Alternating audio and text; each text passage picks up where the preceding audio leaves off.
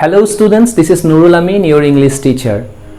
As you can see here, today's topic will be voice sense of imperative sentences. Before going directly to the topic, let's discuss briefly what is an imperative sentence. Imperative sentence hoise কিছুমান এনেকুৱা sentence যিবিলাক সেন্টেন্সত আমি generally কি মিন কৰো order request বা advice or we can say suggestion or we can say command etc. So these words are very important to understand imperative sentence. So imperative sentence ki bujai order bujabo pare request bujabo pare advice bujabo pare suggestion bujabo pare command bujabo pare etc. Okay, our imperative sentence structure to it generally starts with a verb.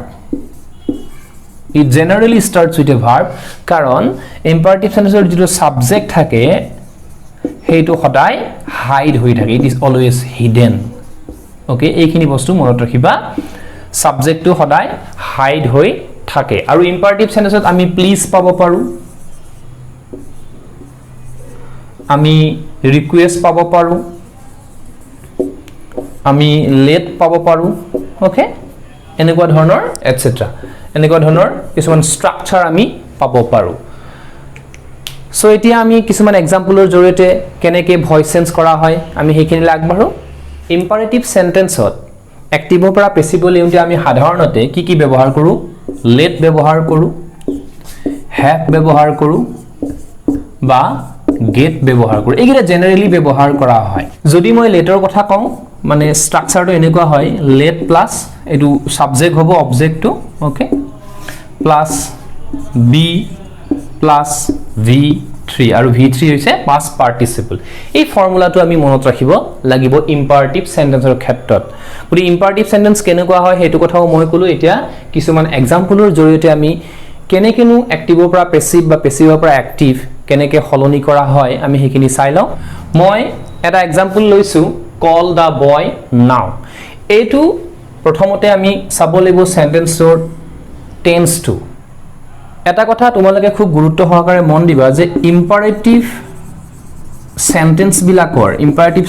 বিলাকৰ যেটো tense থাকিব এই tends to সদায় কি হ'ব present টেন্সত থাকে গতিকে তোমালোকৰ ইয়াতে কোনো ধৰণৰ প্ৰবলেম নহয় যে এটো কি টেন্সত আছে ডেফিনেটলি ইম্পাৰেটিভ সেন্টেন্স মানে প্ৰেজেন্ট টেন্সত থাকিব সো এটো প্ৰেজেন্ট টেন্সত আছে ইয়াত সাবজেক্টটো সদায় হাইড হৈ থাকে আৰু সাবজেক্টটো সেকেন্ড পাৰসন বুলি ধৰা হয় আমি নিলিখু এটো বুজিলো মেইন সাবজেক্ট ওকে এতিয়া আমি টেন্স টু পাই গলো যে টেন্স টু হৈছে সদায় প্ৰেজেন্ট টেন্স ভয়েস টু কি ভয়েস এতিয়া অ্যাক্টিভ নে পেসিভ আমি কেনে গম পাম সেই ফর্মুলাটো আমি চাব লাগিব b প্লাস v3 ওকে এই ফর্মুলাটো আছে নে নাই বি ভাৰ্বৰ যি আঠটা ফৰ্মৰ কথা কৈছিলো মই আকৌ এবাৰ কৈছো am is are was were be been আৰু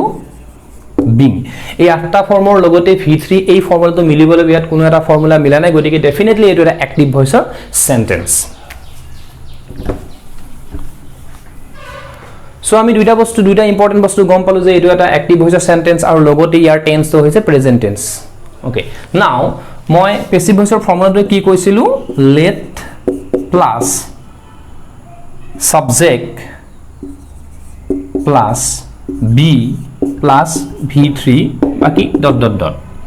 এটা আমি লেটটো বহাবই লাগিব লেটটো আমি বহালু যে এটা ইম্পাৰেটিভ সেন্টেন্স কিন্তু এটা কথা মন কৰিব লেট থাকা মানে কিন্তু পেসিভ ভয়েস বা অ্যাক্টিভ ভয়েস নহয় এটো প্ৰয়োজন অনুসৰি আহিব সো লেট ইয়াৰ পিছত সাবজেক্টটো কি হ'ব ইয়াটো সাবজেক্টটো নাই মানে অবজেক্টটো সাবজেক্ট হ'ব এটো সাবজেক্টটো হাইড হৈ আছে এতিয়া দা বয়টো হৈছে ইয়াতে অবজেক্ট সো অবজেক্টটো এটা সাবজেক্ট হ'ব according to this formula so let the boy okay ya jene thak gyo the girl thakile girl ahibo the man thakile man ahibo let the boy tar bisot ki ase b etu b ahibo okay let the boy be eta main verb tor v3 etu hoise main verb tor v3 ki hobo let the boy be called now so very simple etu formula monot rakhil hol let the boy be called নাও আৰু B two এটো present টেন্সতে আছে এতিয়া okay next এটা example কৰো আমি do your work immediately so এইটো present টেন্সতে থাকিব যেটো ইম্পাৰেটিভ সেন্টেন্স সদায় প্ৰেজেন্ট টেন্সতে থাকে এইটো অ্যাক্টিভ ভয়েসতে আছে কাৰণ be + v3 এই ফৰ্মুলাটো নাই ওকে সো আমি লেট আনিব লাগিব ইয়াত কি আছে your work to object হ'ব এইটো object okay so object to subject hall let your work okay তাৰপিছত be আহিব main verb to do to এতিয়া v3 ত গুছি যাব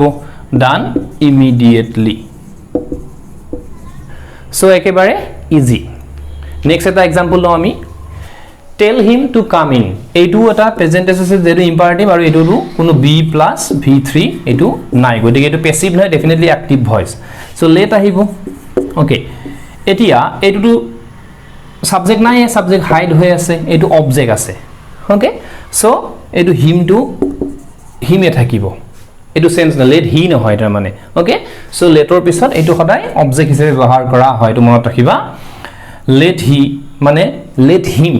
let I নহয় let me okay so let him তাৰ পিছত কি আহিব be আহিব মেইন ভার্বটো tell আছে told হ'ব let him be told to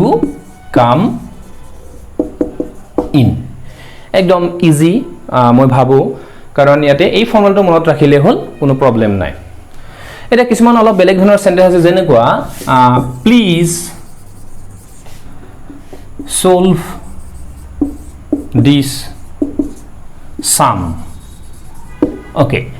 মই ইয়াত লিখিছো প্লিজ solve this sum এটা এই শব্দটো মনত ৰাখিব লাগিব যে প্লিজ থাকিলে কি হ'ব এটো সদায় এটা ৰিকুৱেষ্ট বুজায় আৰু ৰিকুৱেষ্ট আমি কিহত পাওঁ ইম্পাৰেটিভ সেন্টেন্সত পাওঁ মই ইতিমধ্যে কৈছোৱে ওকে সো প্লিজ থাকিলে কি হ'ব এই কথাটো এতিয়া কিন্তু লেট নাহে very very important thing please থাকিলে সদায় you are requested okay এই বস্তুখিনি মনত ৰাখিব লাগিব এটো কেতিয়া আহিব যেতিয়া please থাকে সেন্টেন্সটোত আৰু অ্যাক্টিভত আছে you are requested hall প্যাসিভত okay you are requested থাকিল কি solve this sum গতিকে এইখিনিক আমি কেৱল এটা to ৰে লগ লগাম to solve this sum বেলেগ আৰু একো নাই so you are requested to solve this sum easy মই আৰু এটা এক্সাম্পল কৰিবলৈ চেষ্টা কৰিছো please give him the book okay ইয়াত চাবা আকৌ প্লিজ আছে so please to কি হ'ব এতিয়া you are requested you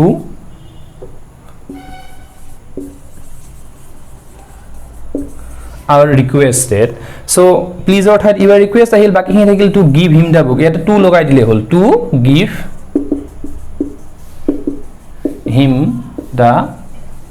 book okay কোনো মানে বৰ টান কাম নহয় বাকি যিখিনি প্লিজ অৰ্থাৎ you are requested আহিছে আৰু বাকিখিনি আমি কি কৰিছো জাস্ট কেৱল এটা প্ৰিপজিশন লগ লগাই এক্স্যাক্টলি একে ৰাখিছো ওকে সো এনেকে আমি প্লিজ থকা বিলাকো কৰিব পাৰো তাৰ পিছত ওকে মই কৈছিল যে ইম্পাৰেটিভ সেন্টেন্সত অকল প্লিজে নহয় এডভাইসও বুজাব পাৰে সাজেশনও বুজাব পাৰে ডোন্ট হেট দা পুৰ এতিয়া এইটো এটা নেগেটিভ সেন্টেন্স লগতে এইটোত কি বুজাইছে এইটো এটা এডভাইস হৈছে মৰেল কথা কিবা এটা কৈছে আৰু এই গোটেই সেন্টেন্সটো কি বুজাইছে এটা এডভাইস মানে এটা ভাল কথা এটা কৈছে পৰামৰ্শ কৈছে সো যেতিয়া এনেকুৱা ধৰণৰ কিবা মৰেল নৈতিক কিবা নীতি শিক্ষা দিয়া কথা ধৰণৰ সেন্টেন্সৰ কথা কয় তেতিয়া আমি কি লিখিম you are advised you are advised মনত ৰাখিবা মই ইয়াত কি লিখিছো s লিখিছো not c as is always verb okay c লিখিলে নাউন হ'ব so c নহয় you are advised একে কথা ইয়াতো আমি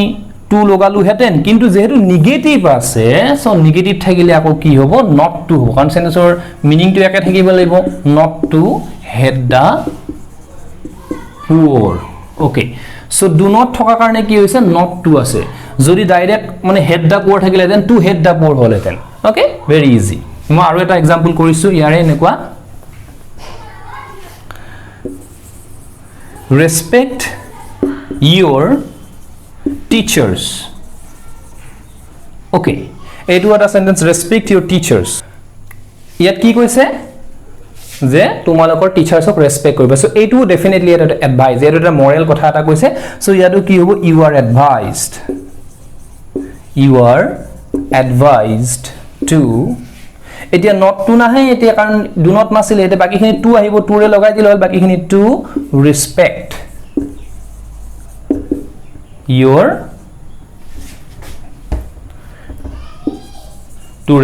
your teachers এইখিনি বেলেগ আৰু কোনো মানে টান কথা নাই ইয়াতে সো do not থকা কাৰণে ইয়াত কি হৈছে not to লিখিছো আৰু ইয়াত do not নাই ডাইৰেক্টলি to লিখিছো সেনেসৰ মিনিং টু চাই ল'ব লাগিব আৰু সেই কাৰণে আমি ইম্পাৰেটিভ সেন্টেন্সৰ যিটা আমাৰ অৰ্ডাৰ কমান্ড ৰিকুৱেষ্ট এইগিটা খুব ইম্পৰ্টেন্ট এইগিটা জানি ল'ব লাগিব ঠিক আছে আৰু এটা एग्जांपल লৈছো let him do this now okay বহুতৰ মানে কনফিউজন হয় যে let থাকিলে সেন্টেন্সটো প্যাসিভ ভয়েস কিন্তু হেতু বস্তু নহয় আসলতে এটো ভুল কনসেপ্ট মেইন কথাটো এইটো বি ভার্ব প্লাস v3 এইটো হে মেইন কথা ওকে ইয়াৰ বি ভাৰ্বৰ হে আঠটা ফৰ্ম এম ইজ আৰু ওয়াজ ওৰ বি বিন বিং লগতে আৰু v3 বাকি বাই থাকক লেট থাকক হেবলা ইম্পৰ্টেন্ট কোন হয় এইটো আছে নে নাই হেতু চাব লাগিব তো বহুত লৰা চলে কি কৰে লেট আছে মানে এইটো আৰু প্যাসিভ ভয়েস বুলি ভাবে ওকে হেতু নহয় লেট অ্যাক্টিভত যদি লেট থাকে হেতু প্যাসিভত উঠি না যায় ওকে সো অ্যাক্টিভৰ লেটটো প্যাসিভত উঠি না যায় প্যাসিভৰ লেটটো অ্যাক্টিভত উঠি যাব পাৰে হেতু প্ৰয়োজন সাপেক্ষে বা প্ৰসংগ ক্ৰমে আমি হেতু গম পাম সেন্টেন্সটোত এতিয়া এইটো ডেফিনেটলি এটা অ্যাক্টিভ ভয়েসৰ সেন্টেন্স ওকে ইয়াত হেবিলাক নাই b7 v3 নাই গতিকে লেটটো ইয়াতে উঠি না যায় লেটটো লেটে থাকিব ইয়াতে ভাৰ্বো আছে মেইন ভাৰ্বো আছে অবজেক্টও আছে সাবজেক্টও আছে ওকে সো এইটো এটা টাইম বুজোৱা ওয়ার্ড নাও সো লেট দিস এটো যেহেতু অবজেক্ট ও সাবজেক্ট হল এটো সাবজেক্ট ওকে এটো verb main verb so let this তাৰপিছত কি আহিব লেট পালু সাবজেক্ট পালু তাৰপিছত বি আহিব let this be main verb কি আছে do let this be done okay let this be done subject আছে সাবজেক্টও আমি বাই প্ৰিপজিশনৰ এড কৰিম let this be done by him now okay very easy আৰু এটা एग्जांपल কৰিবলৈ চেষ্টা কৰিছো let the man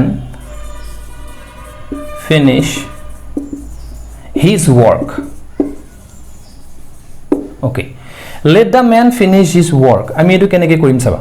এই একেটা ফৰ্মুলা let আছে এটো অ্যাক্টিভ ভয়েস আছে b + v3 নাই ওকে আমি let আনিলো his work আহিব এতিয়া হেতু অবজেক্ট ও সাবজেক্ট হল let his work okay so let his work এবাৰ b আহিব let his work be main verb to ase finished hobo eto let his work be finished okay eto hol subject asile eta subject hobo let his work be finished by the man okay so eneke ami voice tense bila koribo paru thik ase eti ami passive or pra active keneke kori hetu okoman sai law let this be done by her okay এটো এটা imperative sentence late আছে এটো passive voice কারণ এই ফর্মুলাটো আছে b + v3 এই ফর্মুলাটো আছে okay so এটি আমি অ্যাক্টিভলৈ নিউতে আমি v3 গুছাব লাগিব আৰু b2 গুছাব লাগিব যেহেতু প্ৰেজেন্ট টেন্সত থাকিব সো পাৰফেক্ট থাকিলে বাৰু এটো v3 ৰাখিব লাগিব এটো বেলেগ কথা এতিয়া এই সেন্টেন্সত আমি সাবজেক্টও পাইছো অবজেক্টও পাইছো লেটটো উঠি যাব নে না যাব ওকে বহুতৰ কনফিউজন এইটো হয় যে কৰবাত লেটটো উঠি যায় কৰবাত লেটটো উঠি না যায় কিন্তু আমাৰ যেতিয়া সাবজেক্ট আৰু অবজেক্ট দুইটাই থাকিব তেতিয়া লেটটো উঠি না যায় ওকে সো আমি সাবজেক্টও পাইছো অবজেক্টও পাইছো ওকে সো এতিয়া আমি কি লিখিম সো লেট আমি সাবজেক্টও পালো অবজেক্টও পালো এটা লেটৰ মানে পিছত কি আহিব অবজেক্ট টু সাবজেক্ট হ'ব মানে হার হ'ব এটা কোনবা হয়তো দিব পাৰে যে লেট সি হেতু ভুল হ'ব লেটৰ পিছত হি নহয় লেটৰ পিছত সি নহয় লেটৰ পিছত আই নহয় লেট মি হ'ব লেট হিম হ'ব লেট সি হ'ব ওকে সো লেট হার তাৰ পিছত কি আহিব লেট হার সো লেট উঠি না যায় কিয় না যায় বুলি কলো মই সাবজেক্ট আৰু অবজেক্ট আছে দুইটা এতিয়া আমি এই বস্তুটো উঠাব লাগিব let her main verb to asile done so let her do this etwe so let this be done by her let her do this okay ami etu uthai dilu etur original form ot loi ahilu present tense hol etia aru by to amar gusi gol okay etia moi ako eta example lisu let this be completed now